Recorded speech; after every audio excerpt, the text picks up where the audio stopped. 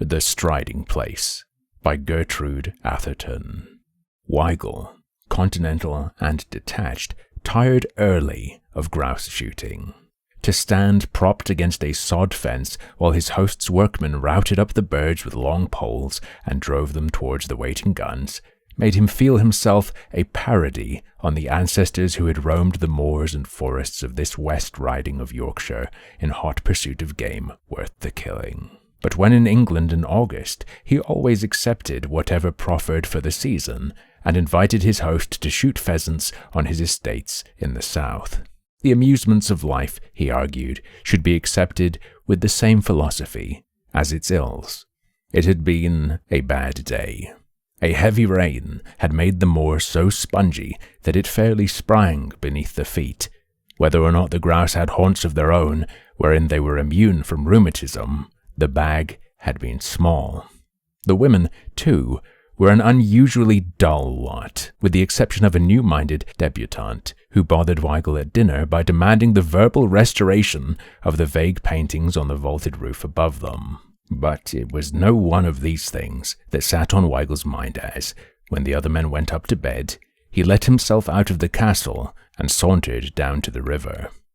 His intimate friend, the companion of his boyhood, the chum of his college days, his fellow traveler in many lands, the man for whom he possessed stronger affection than for all men, had mysteriously disappeared 2 days ago, and his track might have sprung to the upper air for all trace he had left behind him. He had been a guest on the adjoining estate during the past week, shooting with the fervour of the true sportsman, making love in the intervals to Adeline Cavan, and apparently in the best of spirits.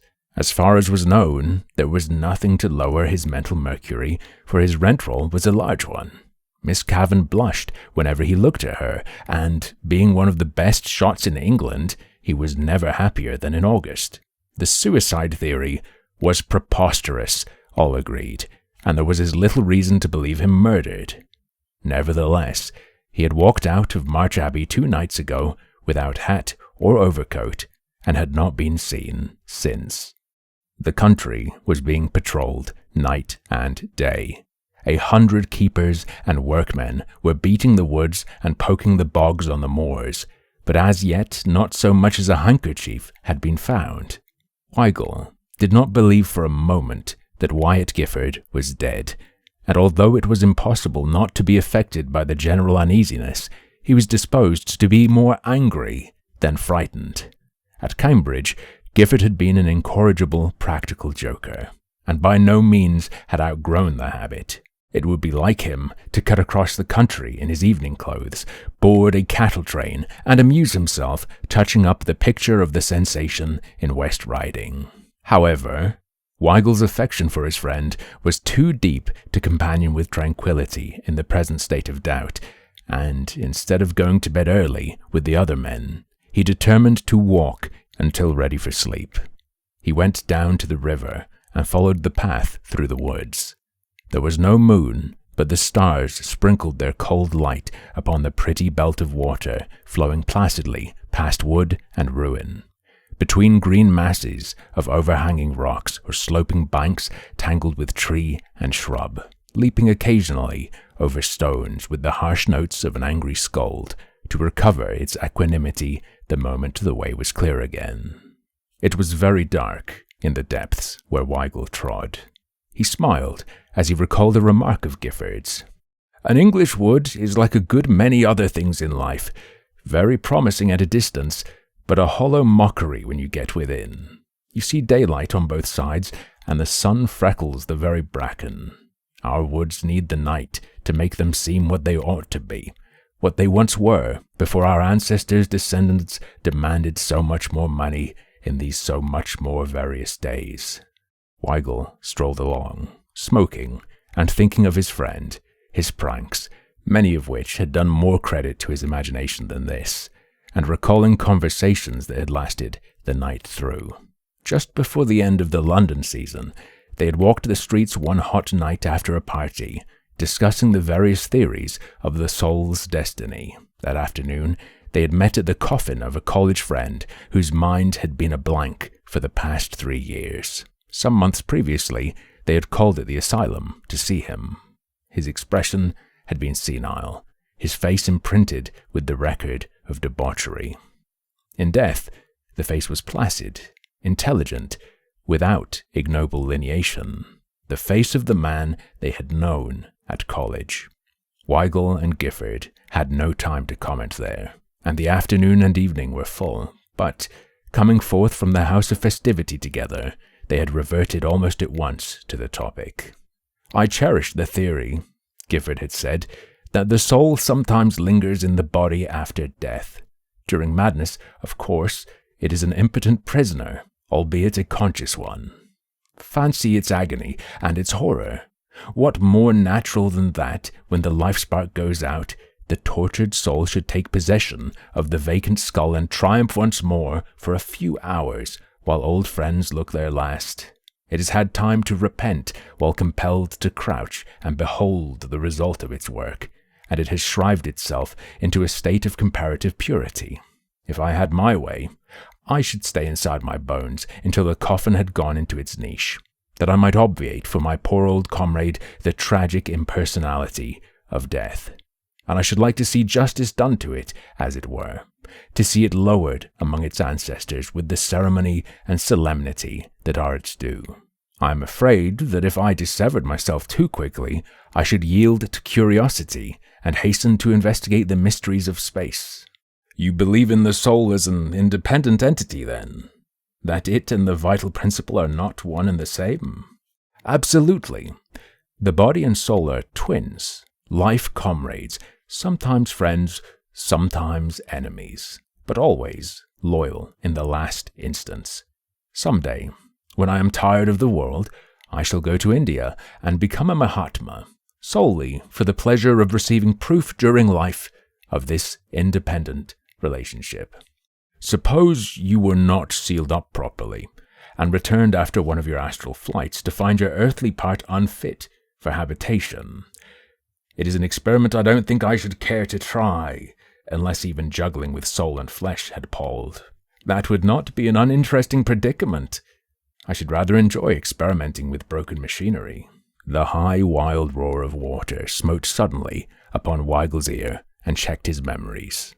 He left the wood and walked out on the huge, slippery stones which nearly closed the river wharf at this point, and watched the waters boil down into the narrow pass with their furious, untiring energy. The black quiet of the woods rose high on either side.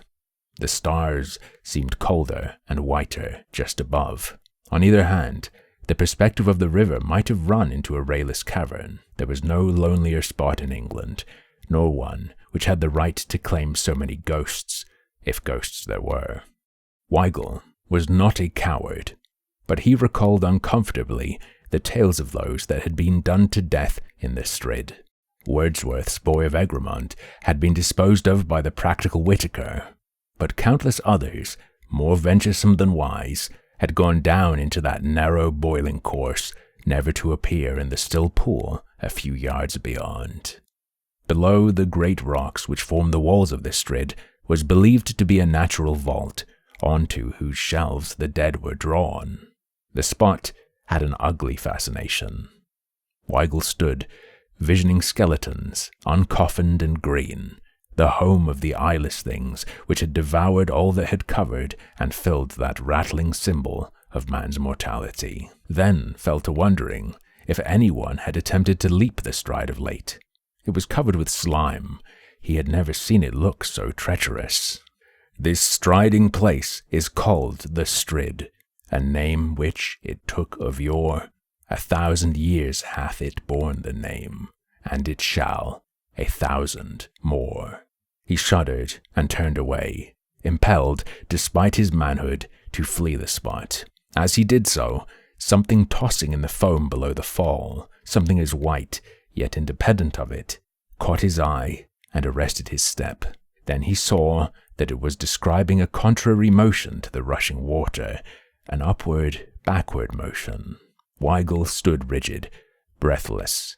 He fancied he heard the crackling of his hair. Was that a hand? It thrust itself still higher above the boiling foam, turned sidewise, and 4 frantic fingers were distinctly visible against the black rock beyond.